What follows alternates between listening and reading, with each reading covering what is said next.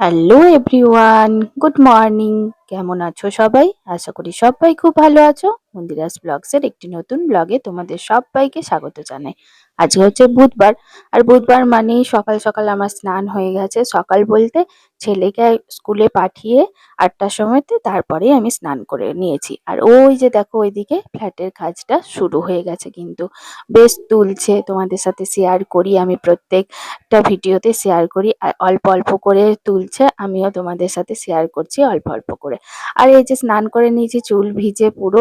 আর আমি একটু ব্যালকনিতে দাঁড়িয়ে আছি, দাঁড়িয়ে দাঁড়িয়ে তোমাদের সাথে ভিডিওটা শুট করেছি আর শেয়ার করছি, তোমাদের সাথে কথা বলছি। তো এবার রান্না বান্না করতে হবে, চলো যাই। দাঁড়িয়ে দাঁড়িয়ে ভিডিও শুট করলে তো আর হবে না, রান্নাটাও করতে হবে। তো যথারীতি নিচে চলে এসেছি, নিচে চলে এসে তারপর রান্নাটা বসিয়ে দিচ্ছি। ২ ঘন্টার আমার হাতে সময় আছে, ১১টার সময়তে আবার ছেলে চলে আসবে। তো তার মধ্যে তো ১ ঘন্টা পেরিয়েই যায়। আমি সকালবেলা ঘুম থেকে মানে ওঠার পর থেকে তো ছেলে মেয়েকে রেডি করতেই ব্যস্ত থাকি, তাই নিজের কাজ বলতে কিছুই হয় না। তাই রোজকার কাজগুলো কমপ্লিট করতেই হয়। তাই আজকে যেহেতু স্নান করেছি তাড়াতাড়ি করে, তার জন্য অনেকটা লেট হয়ে গেছে। ৯টা বাজছে এখন, মানে ৯টা বেজে গেছে, তখন আমি চা খেয়েছি। তারপরে আমি ডালটা বসিয়ে দিলাম। আজকে জানো তো অনেকদিন ডাল আমাদের মানে খাওয়া হয় না ডিম ভাজাটা। তো প্রায় ডিম সিদ্ধটা করতে দিয়ে দিই। আর এখন থেকে যদি ভেজে রাখি তাহলে একদমই ভালো লাগবে না ডিম ভাজাটা। তাই সময় সময় করে ভাজবো। অনেকদিন পর বাবাকে কালকেই বলেছিলাম যে আমাদের জন্য ডিম ভাজা করব। তো মা খেতে চাইলো না, মা বলছে যে ডিম ভাজাটা খাবো না, ডিম সেদ্ধই খাবো। তো উম, মায়ের জন্য ২টো ডিম আর আমার ছেলের জন্য সেদ্ধ একটা। তো সেই জন্য দিয়ে দিলাম। অ্যাকচুয়ালি ছেলেকে মঙ্গলবার দিনে সেদ্ধটা খাওয়াই না, ভাজাটা খাওয়াই। কারণ কুসুমটা আমার ছেলে খেতে চায় না। এবার কুসুমটা আমি মঙ্গলবারে খাই না, বাড়ির কেউই খায় না। যার জন্য কুসুমটা যাতে ফেলা না যায় সেজন্য ভেজে দিই ডিমটা। আর আজকে বুধবার যেহেতু আমি খেয়ে নিতে পারবো কুসুমটা, তো সেজন্য আমি আজকে সেদ্ধটা করে দিতে পারলাম। মানে জানি না কেন ছেলেটা একদম কুসুম খেতে চায় না। যাই হোক, বড় হলে খাবে, ওটা নিয়ে কোনো চিন্তার কোনো কারণ নেই। তো ডাল আর ডিমটা বসিয়ে দিয়েছিলাম, মোটামুটি ডিমটা ডাল দুটোই হয়ে গেছে। আর বাকি ডিমগুলো রেখে দিয়েছি আমার, বাবার আর আমার মেয়ের। ৩টে ডিম ভেজে নেব পরে, যখন মেয়ে ছেলেকে খাওয়াতে আসবো তখনই ভেজে রেখে দেব। তো তারপরে ছেলেকে খাইয়ে আমরা খেয়ে নেব। তো আগে থেকে না ভেজে রাখলে বাবা খেতে পারবে না, বাবা একটু আগেই খেয়ে নেয়। তো সেই জন্য তো চলো তাহলে বাকি ডিমগুলো এগুলো আছে যেগুলো ছাড়িয়ে নিই। আজকে তো আর ছেলে বাড়িতে এখন নেই যে ছাড়িয়ে দেবে। ছেলে থাকলে ছাড়িয়ে দেয়, তোমরা তো দেখেইছো, আগের ভিডিওতে আমি দিয়েছিলাম। ও থাকলে ও একদম ঝটপট ঝটপট ডিম ছাড়িয়ে দেয়। যখনই আমি ডিম এরকম সেদ্ধ করে রাখি, আমার বাড়িতে প্রতিদিন এখন ডিম সেদ্ধ হয় বলছি তোমাদেরকে। শাশুড়িকে অনেক কষ্ট করে খাওয়াই, মানে বকে ঝোকে আর কি, খেতে চায় না। এইবার সেইবার করে। তো যাই হোক, আগেকার দিনের মানুষ তো, বাধ্য হয়েই আমাকে বকে একদম করতে হয়েছে। তো ডিমগুলো এখন ছাড়িয়ে নিচ্ছি। আর এদিকে ডালটাও ফুটে গেছে, আমি টমেটো দিয়ে দিয়েছি, একটু ধনেপাতাও দিয়ে দিয়েছি। ধনেপাতা দিলে বেশ ভালো লাগে খেতে, দেখবে। আর সারা বছর ধনেপাতা এখন পাওয়াই যায় মোটামুটি কম বেশি। তবে এখন দামটা অনেক বেশি, কারণ শীতকালে দামটা অনেকটাই কম থাকে, কিন্তু গ্রীষ্মকালে অনেকটাই দাম বেশি থাকে। তবুও দেখবে ধনেপাতা দিলে একটুখানি স্বাদটাও বেশ ভালো হয়। তো ডিমগুলো ছাড়িয়ে আমি ডালের মধ্যেই রেখে দেবো। আজকে বিশেষ কিছু রান্না সেরকম করব না। আজকে যেহেতু রাত্রের দিকে আমাদের একটা বিয়ে বাড়ি আছে, তো নিমন্ত্রণ আছে। তো সেই জন্য হালকা দুপুরবেলাতে হালকাই খাবারটা খাবো। ওই ডালের সাথে ডিম সেদ্ধ দিয়ে দিয়েছি। আর তোমার পেঁয়াজে টমেটো দিয়ে পোস্ত করব, ব্যাস। আর ডাল আর ডিম, ব্যাস এইটুকুই খাবার আজকে। আর তোমার আলু ভাতে ওদিকে হয়েই আছে। তো এইটুকুনি খাবার আজকে।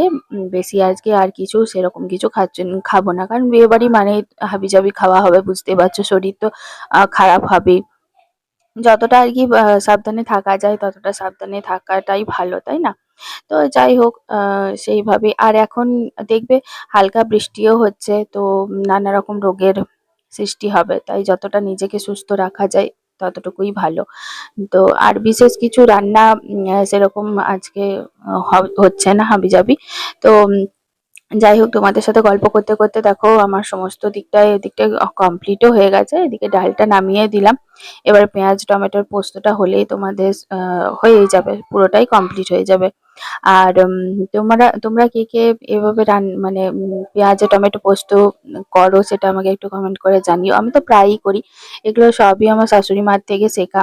শাশুড়ি মায়ের কাছ থেকেই যেটুকু যা শিখেছি। বাড়িতে সেরকম রান্না বান্না তো কখনো করিনি বিয়ের আগে, তাই জন্য জানতামও না। তো যাই হোক, এখন পেঁয়াজ আর টমেটোটা কেটে নিয়েছি, এবার বসিয়ে দেবো পেঁয়াজ আর টমেটো। আর তোমার বাড়িতে নানা রকম কাজও হচ্ছে, মানে টুকটাক করে যতটুকু সময় পাই আমার ছেলে স্কুল থাকাকালীন যতটুকু সময় পাই ততটুকু তাড়াতাড়ি করে করার চেষ্টা করি। আর কি বলতো, রান্না যতই হোক একটাই করো আর দুটোই করো, রান্না কিন্তু করতে সেই সময় লাগে। দেখে মনে হয়, খাওয়ার সময় মনে হয় যে দুটো একটা তরকারি আছে, বাট করতে কিন্তু অনেকটাই সময় লাগে। রান্নাটা সময় সাপেক্ষই ব্যাপার আছে। সেটা তুমি যতগুলো রান্না করো না কেন, একটু টাইম তো লাগবেই। দেখে মনে হবে যে দুটো একটা তরকারি, কিন্তু টাইম তো লাগবেই। একটাই রান্না করো আর দুটোই রান্না করো, তাই না? তো এই যে দেখো, সিম্পল সেরকম কোনো কিছুই ব্যাপার না। টমেটো মানে আলুর পেঁয়াজ টমেটো দিয়ে পোস্ত যেরকম করি সেরকম শুধু পেঁয়াজে পোস্তটাও করলাম। বেশ ভালোও লাগে খেতে পেঁয়াজ টমেটো দিয়ে পোস্ত করতে। আর একটুখানি লঙ্কা দিয়ে দেবো, তাহলেই হয়ে যাবে। ঝাল ঝাল করে বেশ সুন্দর খাওয়া হয়ে যাবে। আর যেহেতু ছেলেটা এখন খায় না, সেই জন্য তোমার অতটাও মানে চিন্তা হয় না, লঙ্কা দিতেই পারি। কিন্তু ছেলে যখন থেকে খেতে শিখবে তখন থেকে একটুখানি কম লঙ্কা দিয়ে রান্না করতে হবে।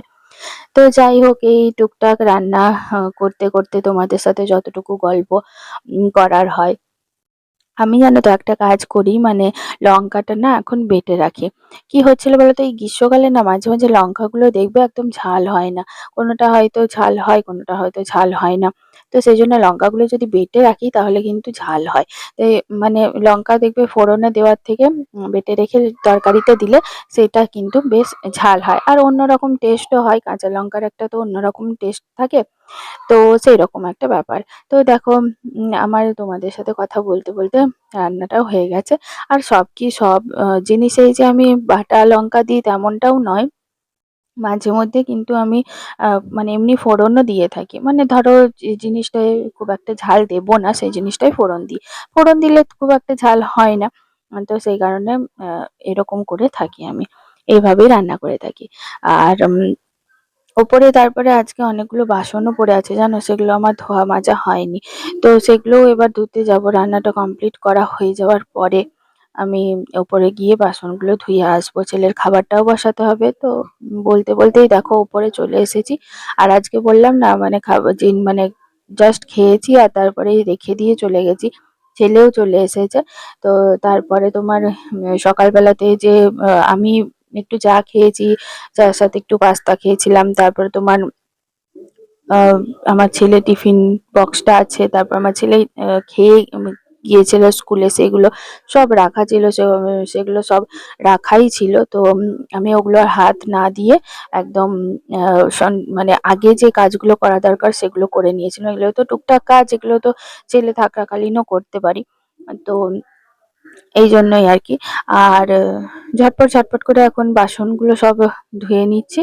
আর তারপরে তোমার ছেলেও চলে এসেছে, ছেলেকে এবার স্নান করানোর আছে।